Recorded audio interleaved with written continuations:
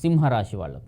సింహరాశి యొక్క నక్షత్రాలు మఘా నక్షత్రం 1, 2, 3, 4 పాదాలు, పుబ్బా నక్షత్రం 1, 2, 3, 4 పాదాలు, ఉత్తరా నక్షత్రం యొక్క 1వ పాదం వాళ్ళకి ఈ యొక్క గ్రహస్థితి ప్రకారం మీకు చాలా సానుకూలమైనటువంటి గ్రహస్థితి కనిపిస్తుంది. ఈ వారమంతా కూడా రాశ్యాధిపతి అయినటువంటి అష్టమ స్థితిలో ఉన్నటువంటి రవి రాశ్యాధిపతి కావున అష్టమ స్థితిలో ఉండి తొలగిపోయాడు.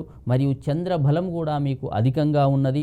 దానివల్ల సానుకూల పరిస్థితులు అనేవి పెరిగే అవకాశాలు కనిపిస్తూ ఉన్నాయి.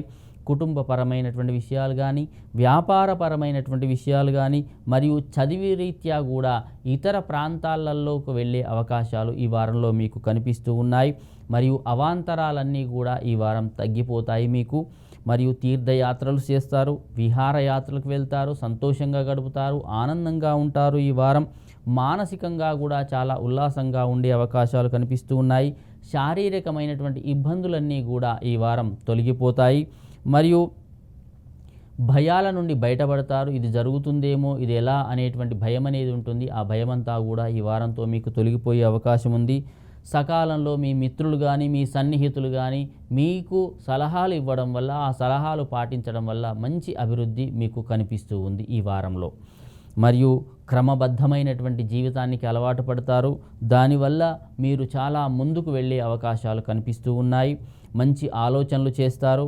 సమాజంలో ఉన్నత వర్గాలతో మీకు మంచి పరిచయాలు అనేటువంటి ఈ వారంలో మీకు ఏర్పడతాయి. మరియు ఉద్యోగపరంగా మరియు వ్యాపార పరంగా కూడా కీలకమైనటువంటి నిర్ణయాలు తీసుకుంటారు. ఈ వారంలో మీ ప్రవర్తనలో కూడా చాలా మార్పులు అనేవి కనిపిస్తాయి. దానివల్ల మీ యొక్క భవిష్యత్తులో మంచి అవకాశాలు అనేవి మీకు కలిగే అవకాశాలు కనిపిస్తూ ఉన్నాయి. కానీ పనులలో కొంత వాయిదా పడే అవకాశం ఉంది. కాబట్టి వాటిని జాగ్రత్తగా చూసుకోండి. అయినా సరే ఇంకా ఏమైనా గ్రహదోషాలు కనిపించినట్టయితే సూర్యారాధన చేయండి. ఆదిత్య హృదయాన్ని పఠించడం వల్ల మంచి ఫలితాలు కలుగుతాయి. మీ అదృష్ట సంఖ్య 6.